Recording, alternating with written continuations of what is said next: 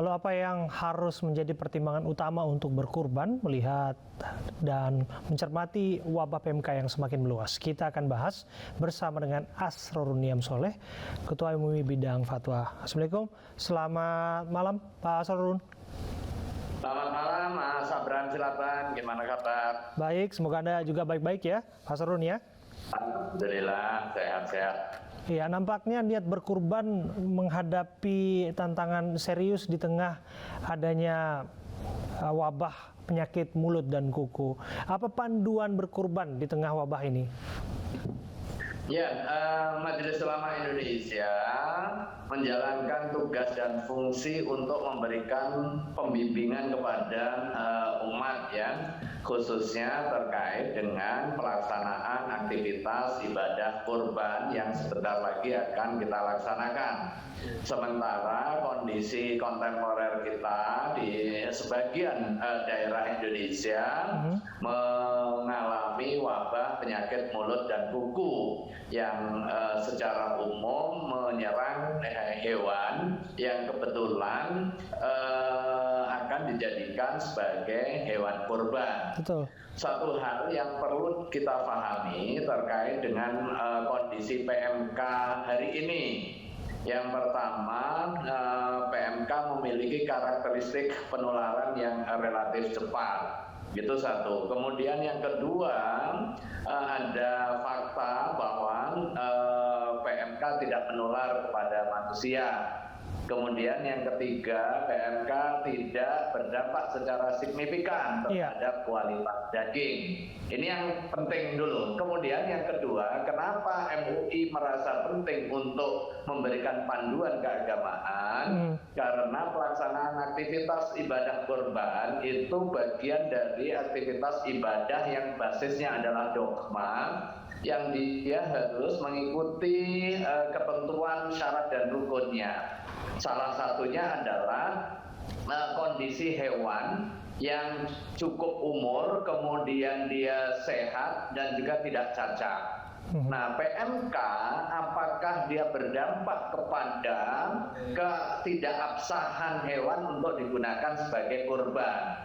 Nah, untuk membahas hal ini, maka MUI secara khusus mengundang untuk memperoleh informasi secara utuh dari ahli di bidang kesehatan veteriner dan juga ahli hewan yang diperoleh informasi bahwa pada hakikatnya PMK yang menimpa kepada hewan itu ada beberapa gejala klinisnya. Sehingga kondisi keragaman ini juga berpengaruh kepada klasifikasi hukumnya.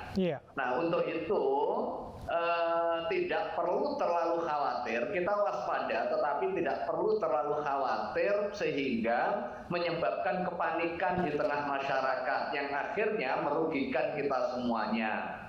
Hewan yang terpapar PMK yang gejala klinisnya ringan dan tidak berpengaruh kepada tampilan fisik, dia masih memenuhi syarat sah untuk digunakan sebagai hewan kurban. Berbeda halnya kalau hewan yang terpapar PMK itu memiliki gejala klinis kategori berat, misalnya kuku lepuh hingga lepas kuku dari kulit sehingga menyebabkan dia tidak bisa jalan atau terpincang-pincang jalannya, maka itu bisa berdampak kepada ketidakabsahan.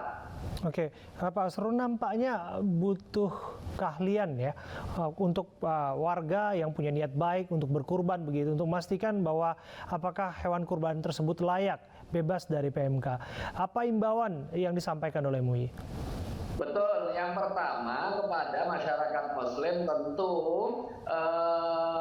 harus memilih hewan yang memenuhi syarat syar'i dan juga syarat kesehatan untuk digunakan sebagai hewan kurban. Nah, ketika pemerintah melakukan langkah-langkah penanggulangan dengan memastikan hewan sehat melalui SKKH misalnya, ya kita mengikuti itu.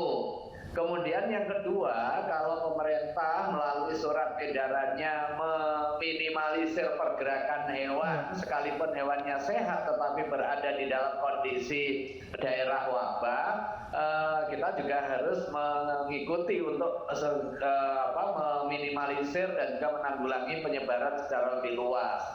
Dan fatwa ini juga memberikan solusi alternatif sebagai jalan keluar bagi peternak yang bisa jadi terdampak dari polisi karantina hewan tersebut. Betul. Dengan cara apa?